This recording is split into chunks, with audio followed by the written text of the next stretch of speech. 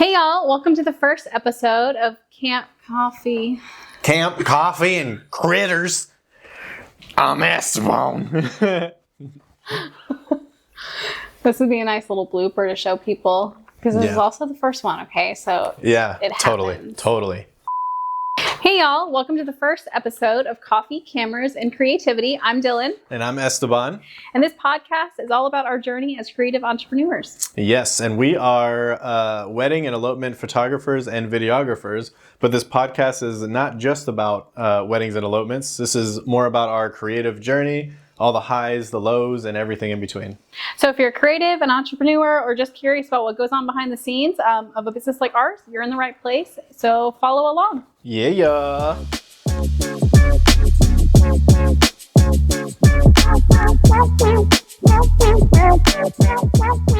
So we're going to get started with a few easy questions. You know, it's our first podcast. So we're going to start off this podcast with asking each other a couple questions and give you all a little bit of our background and kind of where we are in our business and our creative ventures. Yeah. And then, you know, we'll do a little speed round towards the end of a couple fun questions to throw in there. But this is more of a get to know us and what to expect on this podcast.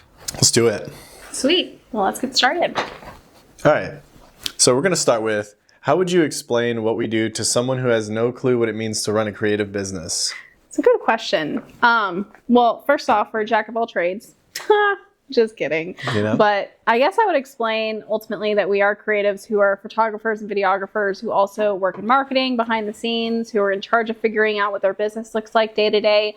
As creative business owners, you kind of get to choose what you do as far as if you want to do weddings, if you want to do corporate events, if you want to do video vlogs, if you want to do branding. And ultimately, you know, it comes down to what you really want to do.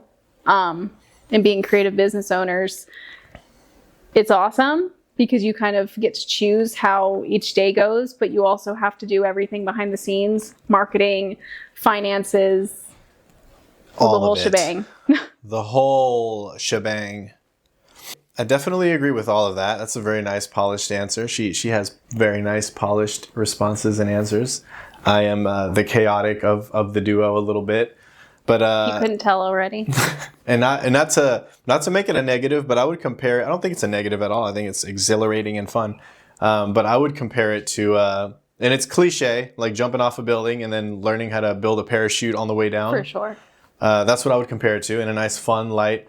Because you're never going to know until you do it, no matter how much you study, no matter how much you try and learn. Yeah.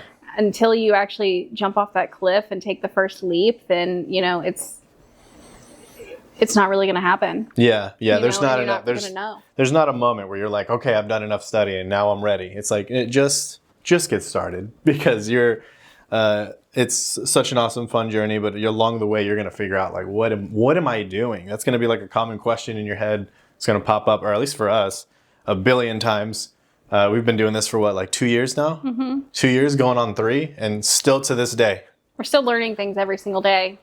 We thought we knew something, and then it's like we learn something new about business, about finances, about editing, or about lighting, or about anything. And it's always a learning curve for everything. But I feel like that's what owning a business is all about, is you're learning as you go. Yes. And that's the growth too. Yeah. You know, it's awesome. Constantly evolving, never staying stagnant. You can't really stay stagnant. For survival, you can't. You know, the market's going to let you know how that is if you stay stagnant for too long. But yeah.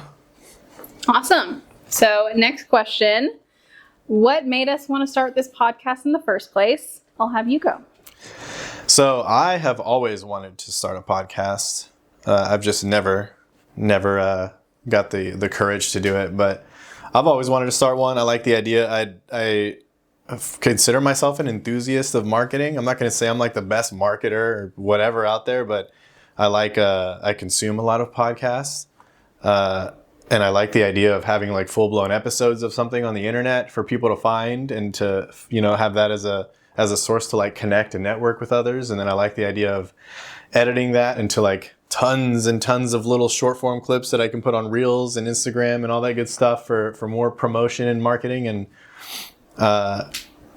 really just attention, I guess. I don't know if I'd consider myself much of like an attention junkie, but like that's I mean, I feel like when you're starting a business, that's like one of the best things you can do is attention, really. Is the more attention that you have on you, the more you put yourself out there, and the more that people can find your stuff and your content and connect and all that. And I think it's just marketing in general. He's definitely the one that brought the podcast idea to me. Honestly, I've always been very introverted, so the idea of being in front of the camera has always been a bit terrifying, but honestly, this was a good way for me to step out of my comfort zone and try something new, and also, talk about what we know as business owners, and talk about, our time doing weddings and elopements and all of our creative ventures that we're planning. Yeah. It's kind of a new way to try something new and get ourselves out there, and it's going to help me build It's going to help me build. It's going to help me build confidence.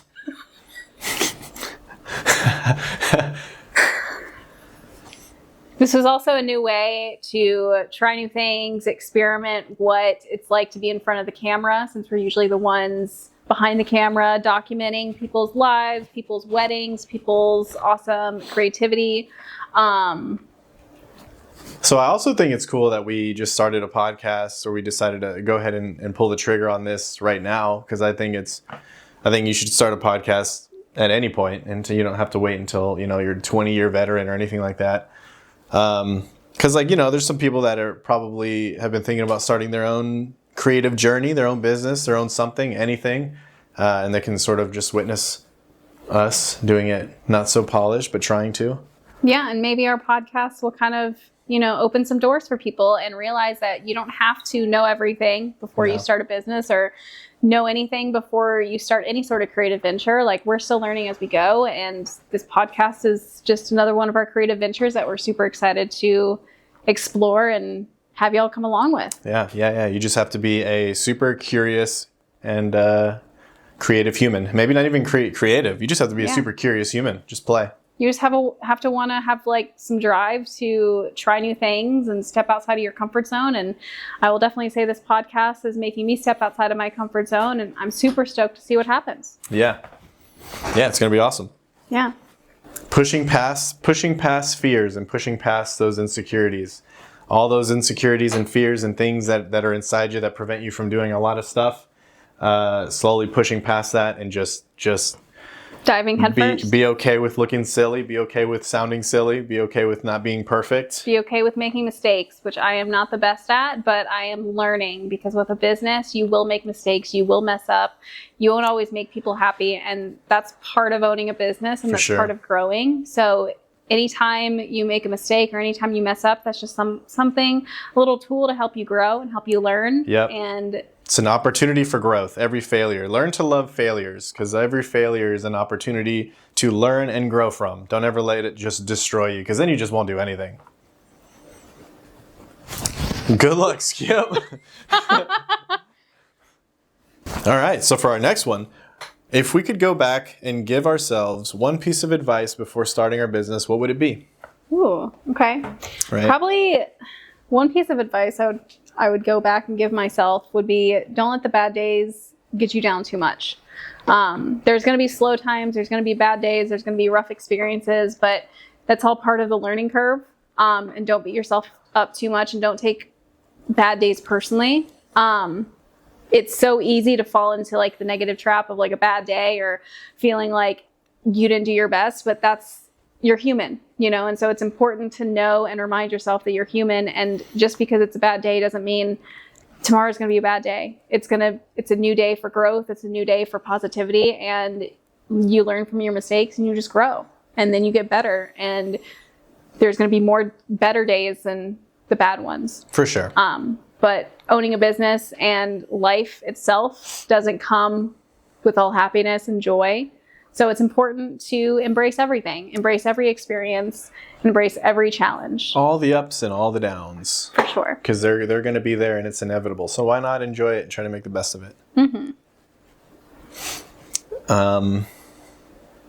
I would mainly just tell myself to just do it. Just the good like old, Nike says. The good old Nike slogan for real, and it still holds true to this day. I mean, I've been talking about wanting to do a podcast for way before we started our business, but even since starting our business, I'm just like always talking about a podcast, and So just do it. Just do it. Just do it. Just throw yourself out there, kid. Go look silly. Go just challenge do yourself. It. Yes. Do it. Who cares? Who cares who's making fun? If you look silly, then hey, you're doing something right. Look and sound silly until you get better. You know, whatever, dude. Everyone starts off looking silly. When you're born onto this planet, you start, you know, you not walking, not doing anything really, because you're just like a little potato. But then you start to crawl. All the cliche stuff. Just start. Now that we've gotten it started, we can talk a little bit about how we got here, our backgrounds, how we got into creative entrepreneurship, how we met, how Chasing Stars Media, our current business, came to fruition. If you want to start. Sure. All right. Let me pull up my little questions here. My little questions. Yeah, we don't have it all memorized, y'all. All right. So the first question we've got, how did we get into photography and videography? And did we always know we'd do this? How'd you get into it? Well, I started getting into photography back when my mom bought me my first camera, which was a Canon Rebel TI5. So for all of you familiar with cameras, that was a good one to start with. And that was about maybe 15, 20 plus years ago, I'd say at this point. It's a good minute. And I didn't really get into it as much as I should have back then. I was kind of just like trying different ventures, but I had my camera kind of on the side. And it wasn't really until me and him met when he got me a 50 millimeter lens that we started really messing around with like portrait photography and like landscapes and taking pictures of our cats, that I realized this was actually kind of something I enjoyed a lot more than I thought I did. And then, you know, one thing led to another, and I was like, this is something I want to kind of pursue. I'd always been kind of working with animals for pretty much close to a decade. So I didn't really see myself as an entrepreneur, as a photographer very much. And then I just something clicked, and I was like, you know what? This is it. This feels like the right step in the right direction and the path I want to go on. Nice. So I had no idea that I was going to do anything video related as a career or anything. I've toyed around with it. I used to live in Mississippi, Biloxi, Mississippi, and I was a web developer for 4 years. I worked at 2 different marketing agencies. And I guess that's where my enthusiasm for marketing started ish, because before that I was doing some random little artsy projects. I'm always doing some sort of art, some sort of like artsy thing, and you know, I've been on Fiverr a few times, and so you've done paintings and everything too. Yeah. So I've always like started little things that never went anywhere, but I was always like super interested in starting something. But I've always drawn and painted and all that good stuff. So I did 4 years as a web developer in marketing, and then I hopped on over from Biloxi, Mississippi to Colorado. I lived in Fort Collins for 2 years, where I grew cannabis, which was fantastic. And then after that, I came here to Georgia, Roswell, Georgia, and worked at 2 breweries. I did the brewery life for a little bit. So I was always, I guess after web developing, I realized that like it for sure wasn't something that I wanted to do long term. And I am not the kind of person to just sit at a desk or sit in a cubicle or like just like carry on and just keep doing it no matter what. You know, just keep working your way up and get a 401k and get a retirement plan going and get a blah blah blah blah blah. I'm just the type of person that if I don't like something, then I have to quit. I have to quit and switch over and do something else, or else I'm going to go absolutely crazy. 9-to-5s are not for us. Yeah, definitely not for us. But I've always messed around with some video stuff. Like back in the day, I don't know, when I was probably like 13, 14 or something, when I played Call of Duty almost every day, I would do a bunch of like videos. I'd record myself playing and do some editing and edit some funny videos and stuff like that. But I never knew I would get into video.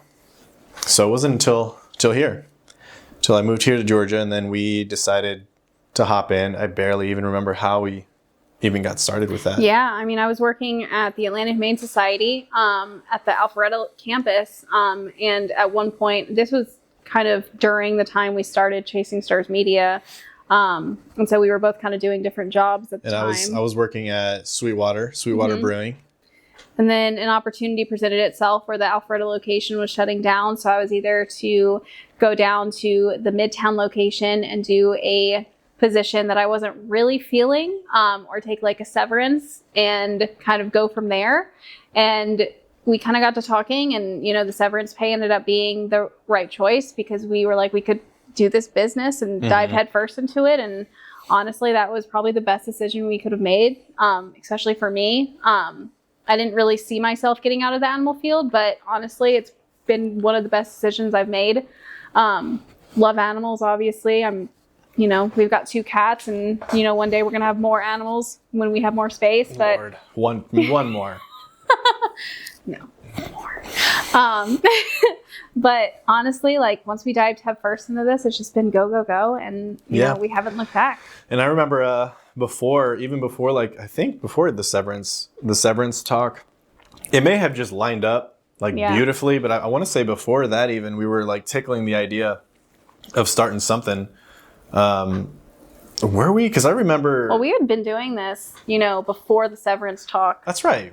We were already doing this for like half of the year, I'd say. That's when we were on Thumbtack, right? Yeah, we started on Thumbtack. Got a lot of different gigs, like corporate gigs, birthday parties. We were doing everything then. We were on Events. Thumbtack, which is it's like a lead generation software, one of these websites where you pay for leads, and you just, you can categorize and filter out what categories you want. But we just sort of left it open and just took on anything just to sort of try it, I guess, try our hands at things and put ourselves out there and see what happened. And then I remember as we were getting serious into it, I was like over there on my breaks and on slow times at Sweetwater. I was just like sketching out some logo ideas, and we came up with Chasing Stars Media, and I drew out some drawings and sketches, and then we went to Fiverr to pay somebody to actually do the logo. And it's changed since then. But we still have like a nice little sticker. We bought a little magnet from when we first started sticker. And the first actual logo of it. And it's definitely evolved over time, but that's just a little remembrance of where we started. Yeah. And honestly, like, once we dived into this full time, it's been awesome. We've been very grateful that we've been able to do this for about, a year and a half now, full time, without needing any other support.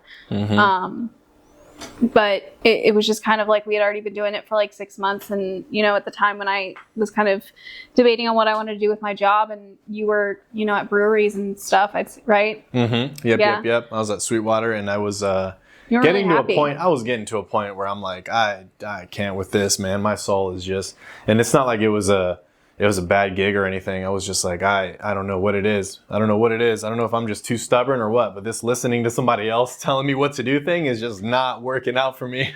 So then we just decided to say, let's do it. Right. We just went head first into it, and and we ended up meeting on Hinge.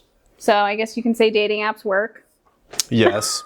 And then, we were both working separate jobs, and then we did this, and now we live together, work together, and honestly, it works, which is fantastic. Everyone asks us how we do it, how we manage to work together, live together. Without ripping each other's faces off. Without killing each other. And honestly, I can't really see myself doing anything else.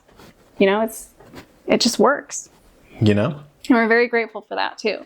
So, and honestly, with us doing both photo and video, especially for weddings and elopements, it kind of just, it's very seamless when it comes to shooting weddings and elopements, because when you hire both of us, you get 2 people who already work well together, who aren't in each other's shots, who knows, where one of us is going to be versus the other one, and we can bounce ideas off of each other. And instead of hiring 2 different companies, it just kind of meshes well when you hire us both, which is awesome. And we've seen the ins and outs of, when you hire both of us versus when you hire a separate photo team or a separate video team. And, that can get annoying.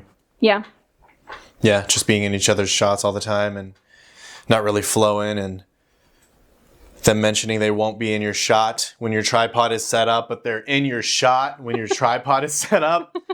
Like, but we've had some good experiences too, so don't get us wrong. Yeah, but at the end of the day, we definitely feel like hiring a photo and video team that's copacetic, that works together like us. Yep. And since we, love each other a little bit, it kind of helps. Right.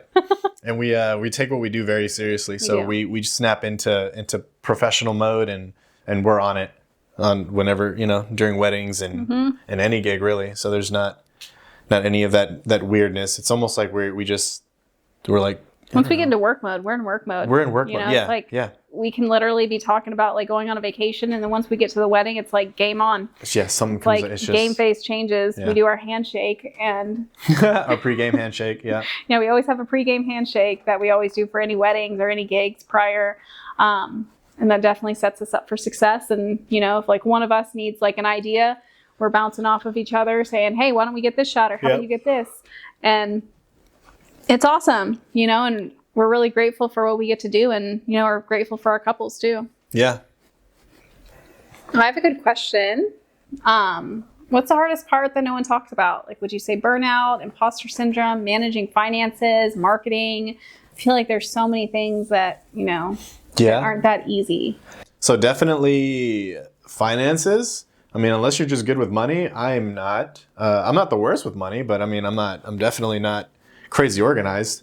When you own a business, you definitely start learning what you're good at, what you're not good at. For sure. I cannot wait until we can afford to like bring on an accountant full time or something to just handle all that for us. Because right now it's just sort of go through the year and then last minute before taxes is scurry to how many miles have we driven? Let's count them all up. And oh my goodness, my head's about to explode and all the expenses. And you definitely... We're not the best at keeping track of it. And we'll be honest right there. Like that is a big thing that we need to work on. Yeah. And, we said we were going to be better this year. Well, surprise. Surprise, surprise. The years just roll on and you kind of roll with the punches. You know what I'm saying? We're getting a little bit better. We're getting better. Yeah. Every year that goes by, I feel like we're getting a little bit better at it. For sure. And you definitely want to keep track of all those expenses and not miss anything. Because if you miss anything, then you may end up paying for, nobody wants to pay extra on taxes. So, and then you can literally write off everything, which you definitely want to take advantage of when you start a business. Just write everything off. Obviously do it legally. So get with peoples and ask the questions and do it with a good CPA. Do it the smart way and stuff. Don't be playing the system like that. But gray areas are gray areas. You know what I'm saying? So write it all off. Write it all off. All of it. All of it. Who's to tell me it's not business related? But anyways, and then something else. Prior to that, probably I would consider this bigger is imposter syndrome. Oh yeah. That's just something that I don't think I've listened to a billion podcasts and creatives, and I don't think that ever goes away, which is very comforting to hear from like others and who like do this for a living and forever, like professional. It's nice knowing that don't let imposter syndrome get to you, because that voice in your head will really try to make you feel like you are complete garbage at everything that you do, which is false.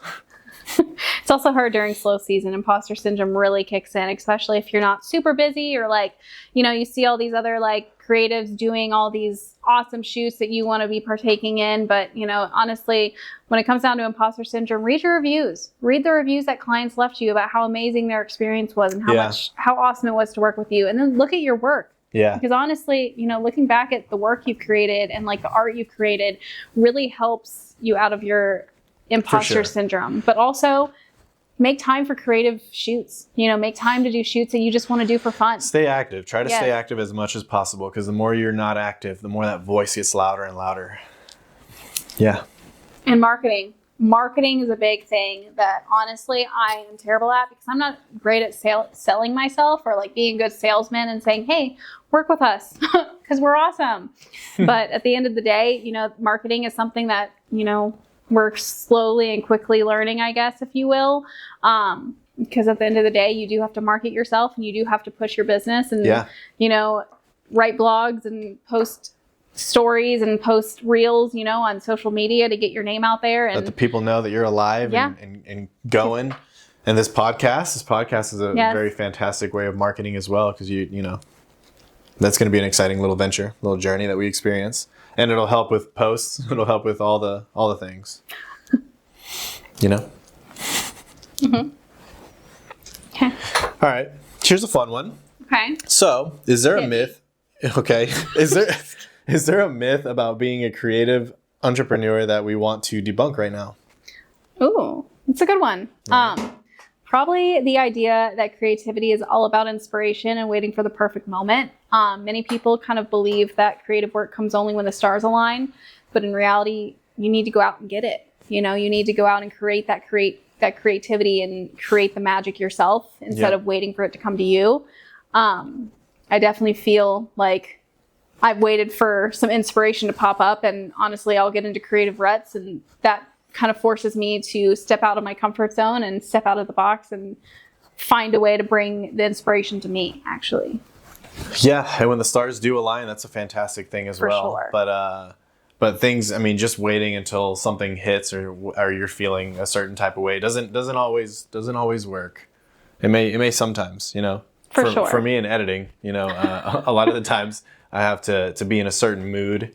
You know, I don't know if that may sound a little weird, but sometimes I have to be in the right headspace or mood to edit. I can't just sit at my computer and just like, all right, let me just edit and be creative now. Like, you know. Sometimes there's a creative block. For sure. And that's probably a main reason why I don't do too well in 9-to-5s either. Because, you know, being told to sit down and look busy, you know, that's just not going to fly with me. I'm going to sit down and not be creative and not be busy. You know. So fire me. Just kidding. Okay. I've got a good question. All right. Hit me. Hit me. What's something we used to stress about all the time that we now just let go of?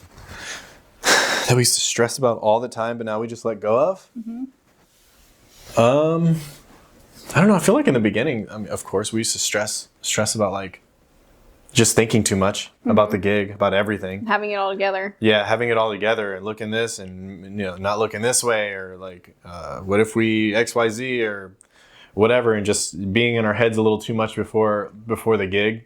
But now we just roll up into gigs. I mean, well, we always have like a little bit of nerves, of course. We always have like nerves. I don't think that's ever going to go away. But we would just, I guess, be more paralyzed than we used to. I don't know. In the beginning, we were a lot more stiff. Now we can just kind of flow with things, and like, you know, we're not going to know it all, and we're all going to be nervous, and I don't know. We just flow a little bit better, I think. That's the first thing that comes to my mind. Yeah. I mean, I'm definitely kind of a perfectionist, I guess, if you will, and like to make sure I know how to do everything before something actually happens. And I guess with like owning a business, you can't really do that.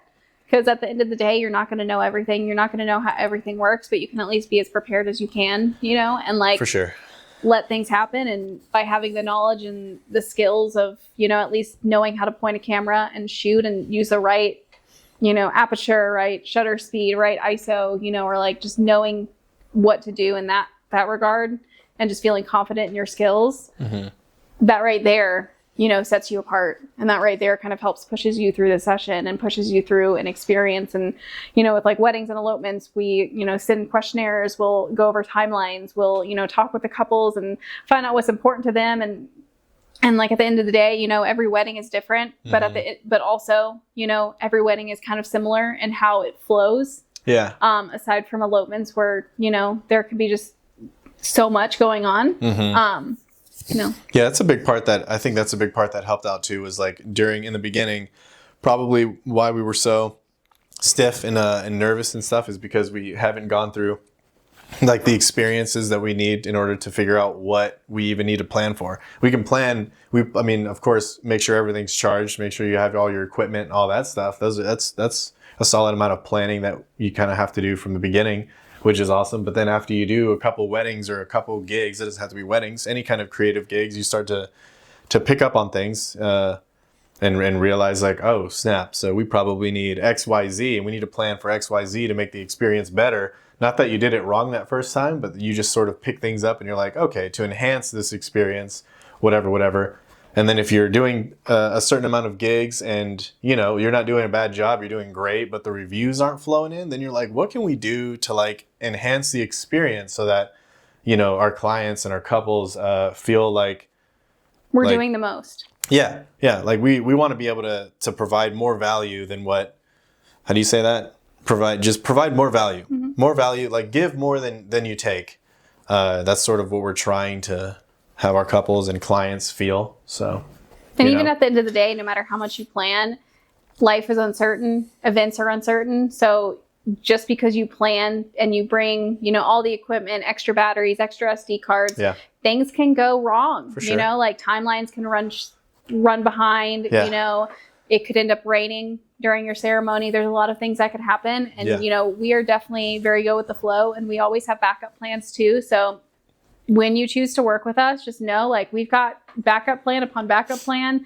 We've got tons of equipment. We got what we need to make sure that, we've got you covered. Yeah. But it's like, at the end of the day, life is also just like chaos sometimes. So, it's just kind of go with the flow. Yeah, things happen. And owning a business is very, learn as you go. And that's something I've also had to learn, because I kind of like knowing, how things are or how things are going to end up. And owning a business, you don't really know that. You kind of just have to accept things as they are and, let life unfold. Yeah.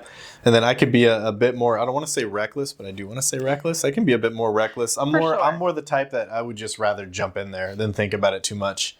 I'd rather just jump off the rock into the water without really thinking about things too much. And that's why, I I got a little chip in one of my back teeth from the Chattahoochee River when I jumped off. I think it's called jumping rock. I don't know what it was, but I had my life vest on, which I didn't want, but I had my friend just instill a little bit of fear that's like, oh, the river's crazy and magic happens and you might die. So I had my life vest on when I jumped in, and then it gave me a nice little uppercut and chipped whatever. But yeah. I don't consider that a negative. No. I think that's it's a learning curve, I guess, if you will, maybe. For sure.